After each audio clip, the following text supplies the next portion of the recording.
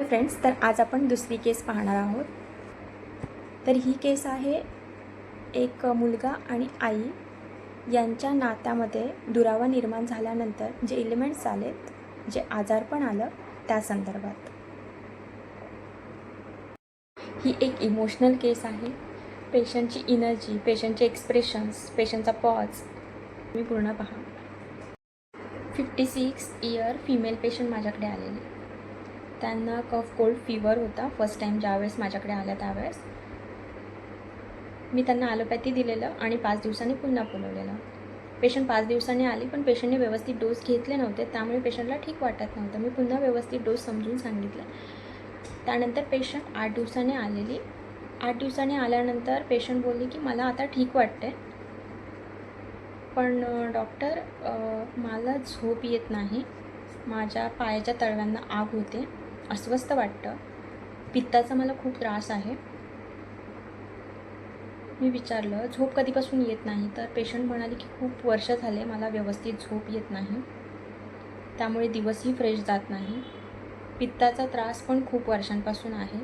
पायाच्या तळव्यांना आता 6 महिन्यांपासून आग होते आणि गुडघे दुखत आहेत, कंबर दुखते, उठता बसताना त्रास होतो आहे. समुद्र किनाऱ्यावरती मी आधी चालायला जायचे, पण आता मला जमत नाही, तर मी टेरेसवर चालते. तर टेरेसवर चालल्यानंतर मला माझे पाय अजून दुखायला लागले. मला उठताना बसताना त्रास होतो, गुडघे जास्त दुखत आहेत. तर मी पेशंटला सांगितलं की मी तुम्हाला होमिओपॅथी मेडिसिन देईल, पण त्यासाठी तुमची केस घेण्यासाठी खूप वेळ लागेल. मग तुम्ही वेळ काढून या, त्यानंतर मग आपण हिस्ट्री घेऊ तुमची. पेशंट सांगितलेल्या वेळेनुसार आलेली. त्यानंतर तिची हिस्ट्री घेतली. हिस्ट्री घेत असताना नोन केस पेशंटला नोन केस डायबिटीज होती, हायपरटेन्शन होतं, थायरॉईड होता आणि कोलेस्ट्रॉल पण होता.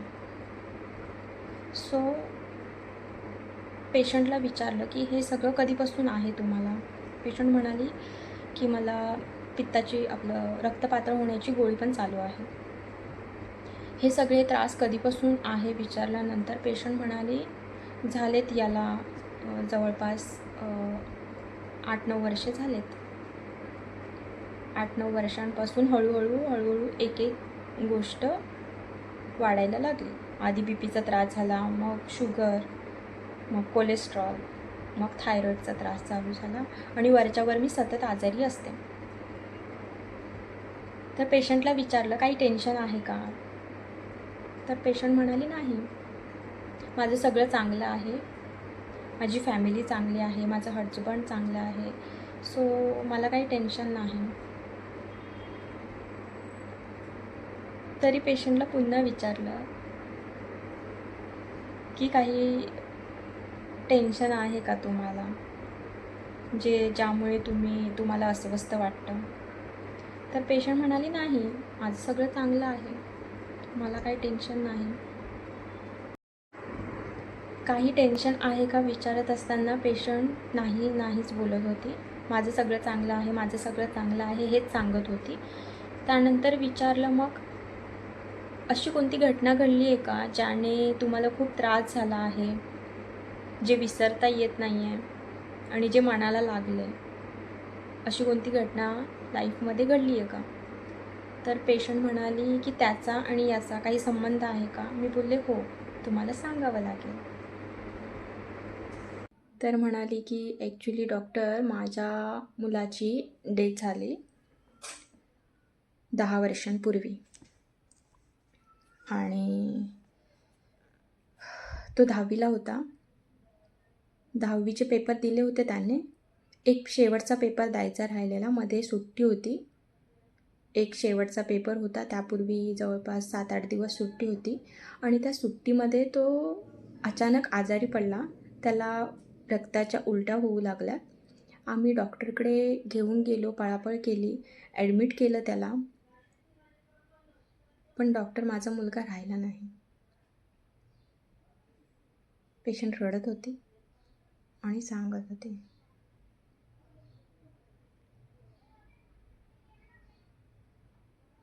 ओके. त्यानंतर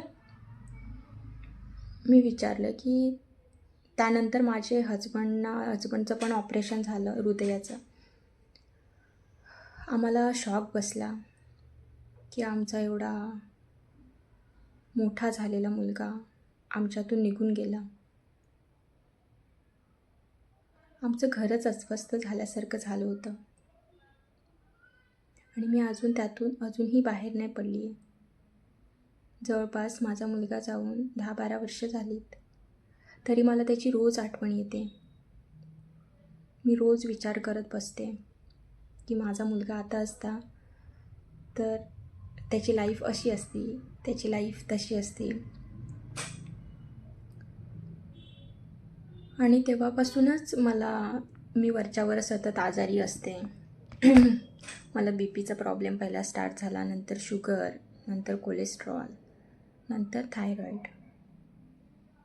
याच्यासाठी मी खूप ट्रीटमेंट केली. मी खूप ठिकाणी फिरले, खूप डॉक्टर केले.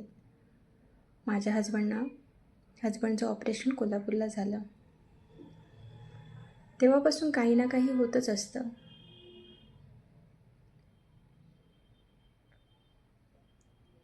मी विचारलं, तुम्हाला मुलं किती?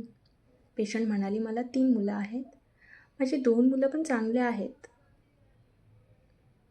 त्यांच्याबद्दल त्यांना कोणतं व्यसन नाही किंवा काही नाही. माझ्या 2 सुनासुद्धा चांगल्या आहेत. पण डॉक्टर अशी एकटीच असते ना, त्यावेळेस मन अस्वस्थ होतं.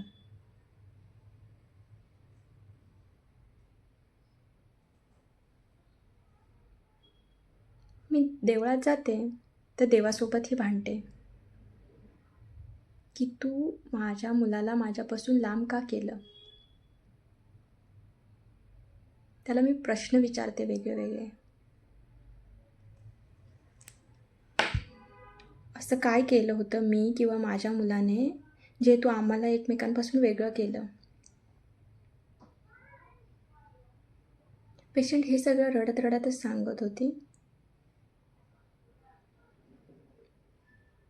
पेशंटच्या दोन्ही पायाला मुंग्या येत होत्या खूप दिवसांपासून.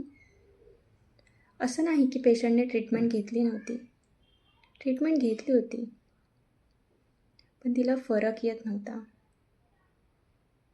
कारण तिच्या दुःखाचं कारण तिला बसलेला तो shock, silent grief, emotional trauma हे सगळं होतं.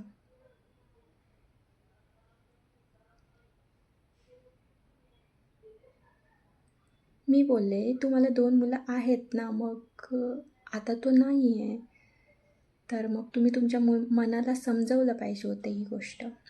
तर बोलते, मॅडम खूप प्रयत्न केला पण नाही होत आहे. त्याच्यासारखं कोणच नाही. त्याच्यासारखी मुलं, त्याच्या वयाची मुलं जेव्हा माझ्या समोरून जातात त्यावेळेस मला त्याची खूप आठवण येते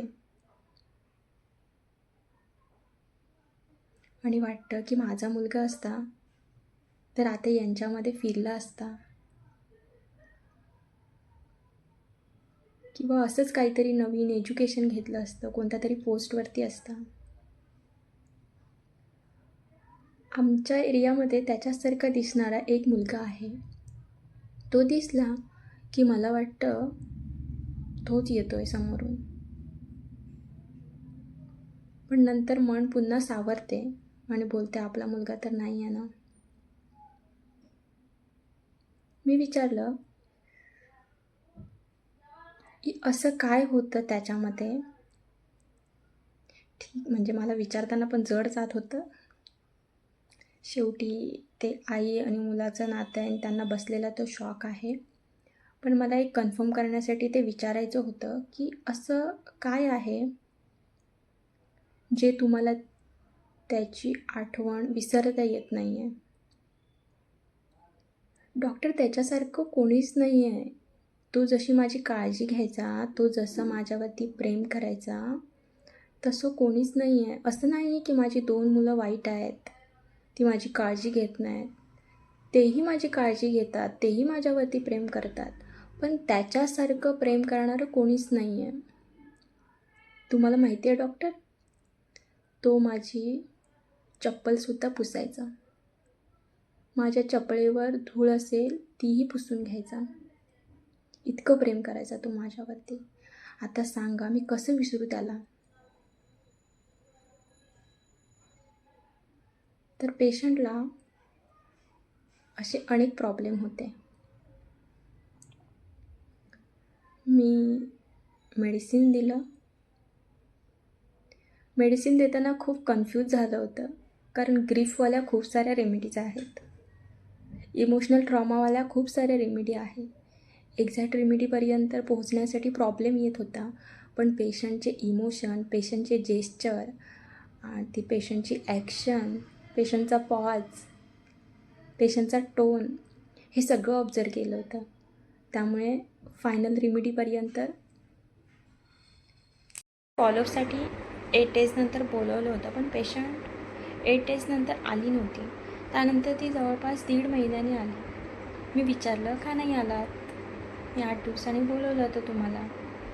तर पेशंट म्हणाली मला ठीक वाटत होतं, मला खूप छान वाटत होतं.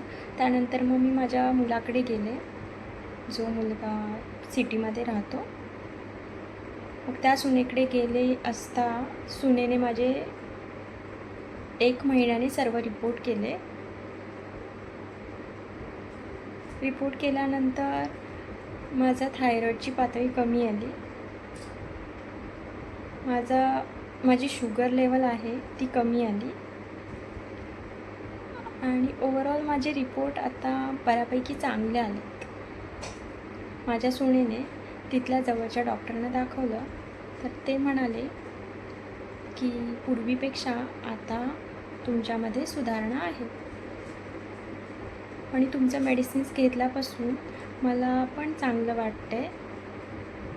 माझे जे पाय दुखायचे, गुडघे दुखायचे, कंबर दुखायची, जे तळपायाला आग होत होती, मुंग्या येत होता, हे सर्व कमी झालं. मी विचारलं, ज्या विचारांनी तुम्ही अस्वस्थ झालेलात त्यामध्ये काही बदल झाला का? तर म्हणाले हो डॉक्टर, माझ्या डोक्यामध्ये सध्या तसे काही विचार येत नाही. मी कामामध्ये बिझी असते, जे पण काय आहे, आणि छान झोप लागते. आता मी माझ्या हजबंडसोबत सकाळ संध्याकाळ समुद्रकिनारी फिरायलाही जाते आणि खूप फ्रेश वाटते. आणि पहिल्यापेक्षा माझ्यामध्ये जवळपास 70% सुधारणा आहे.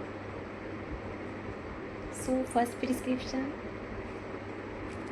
आणि रिझल्टही खूप छान. ही होती सेकंड केस.